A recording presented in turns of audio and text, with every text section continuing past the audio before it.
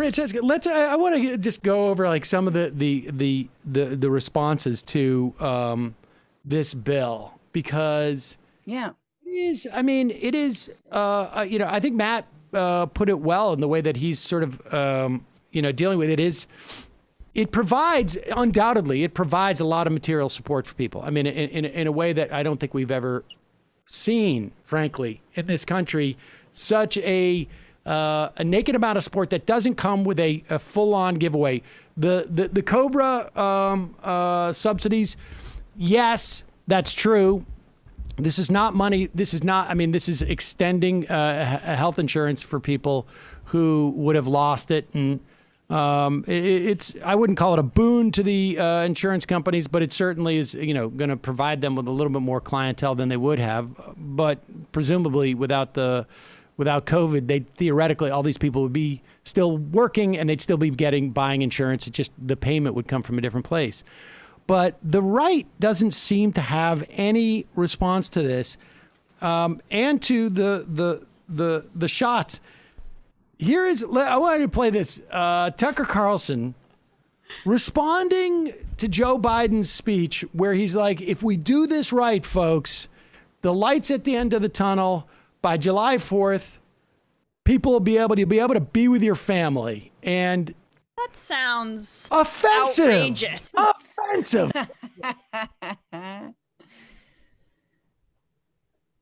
At points, like the Biden presidency itself, felt a little bit like a dream sequence. The first part of the president's address described the sadness of the last year.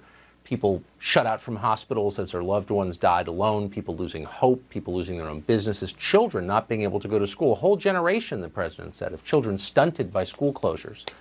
No sense at all of how any of this happened or who backed it, but they're the president showing great empathy. His plan consisting essentially of vaccines and more vaccines. By May, he said, there will be enough vaccines for every person in America. The military will give you that shot. And if you take that shot, things potentially could get back to normal. No mention at all of the people who might not want to take that shot. But the president said, if you take that shot and wear your mask and listen to Dr. Fauci, it is possible, not assured, but possible, that you might be able to gather in small groups with the ones you love for the 4th of July. We might have to rescind that right, but it's possible if you're obedient, you'll get it. Who are you talking to? This is a free people. This is a free country. How dare you tell us who we can spend the 4th of July with? Alex Berenson is a best-selling author. He joins us now with reaction, a more restrained reaction to the president's address. So, Alex, I was struck by the substance of his response to COVID, the administration's response to COVID, really is the vaccine itself. One second. I just want to ask Francesca, and then I'll ask both of you. Yeah, sure. Who did Biden say that you guys have to spend 4th of July with? Your family? How dare you think that I have a family who loves me, or that I love back, or that we even would hug? Could we hug? Look, this is the cultural Marxism of the left, honestly. Forcing family get-togethers. Can you expand upon how it's cultural Marxism, Francesca? Look, I think it was Mao who said that revolution happens at the extension of an arm, and I'm not that good at going forward on this, but I'll get back to you.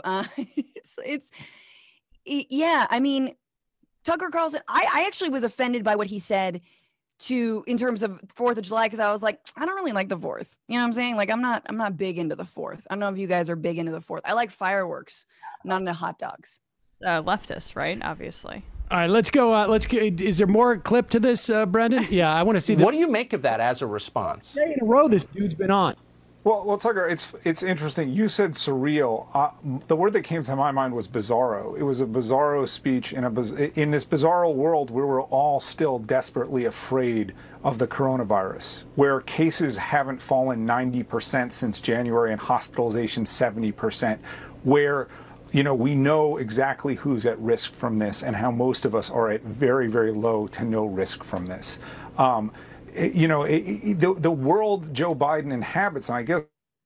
Wait, didn't Berenson yesterday on Ingram say this thing was still a danger? Well, he said that actually that herd immunity provides you with more protection from vaccines, and he was espousing anti-vax propaganda. So basically, the only way for someone like Berenson to see people living their lives as acceptable is for them to just go maskless and not care about COVID.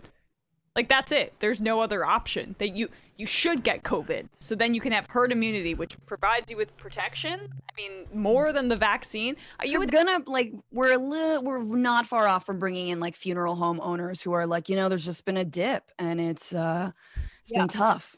Yeah. Well, I mean, the funeral home industrial complex, it does have its hands in the pockets of governors like Andrew Cuomo, so maybe there's exactly. I think what's also fascinating is it's the third night in a row they brought on Berenson into prime time. Yeah. And who's this fool again? Explain who he is. Alex Berenson. I mean, he's just this guy who came out and was first a COVID denier, then sort of publicly said the idea that there would be 500,000 people dead by spring of 2021 is absurd.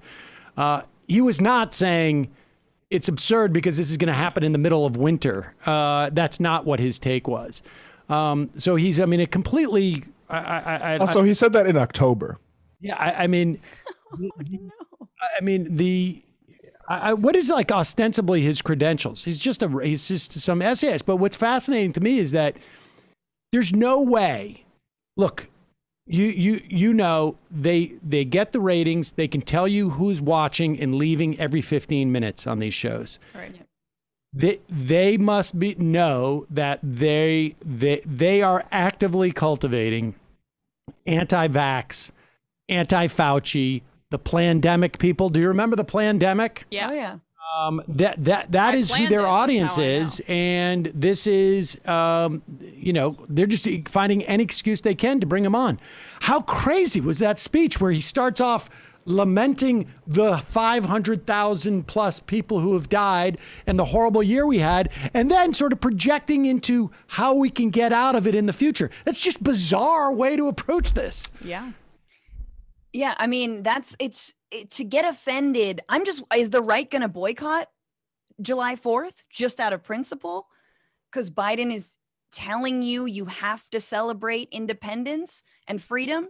I don't know. I'm trying to game this out here, and I feel like we're not far away from that. I actually thought it was also to even give a date, to even give a day of like, you might be able to gather with people in this day. First of all, he was like, 2 or 3, y'all, if we are vaccinated by July 4th, ragers, I'm sorry, I'm going to do all of the drugs. I apologize. Really all of them.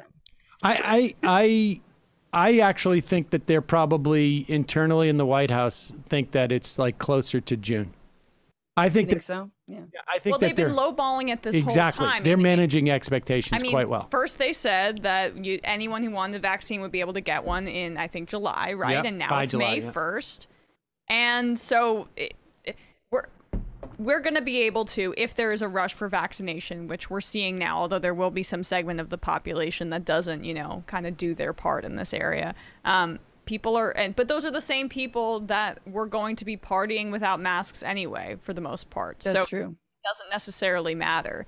But they might have already gotten COVID, potentially sort of have antibodies. Who knows? But again, the antibody protection we know now wears off. We don't know how long it takes, but we know that it wears off in some period of time. I have heard horror stories of people getting COVID twice. So that's the reality of the situation. You talk about people going crazy July 4th. It's over 50 degrees here in New York, and I anticipate people like flooding the streets and going nuts this weekend. That's what I've anticipated. Yeah. But I keep thinking like if you had asked me like 2 months ago, I was like, I'm gonna go hog wild this summer. But now all I can think about is just like taking a nap. I'm gonna take like a month nap or something, and that's it. I just like wake up and just be like, oh, that was a weird dream. Mm-hmm. That would be nice.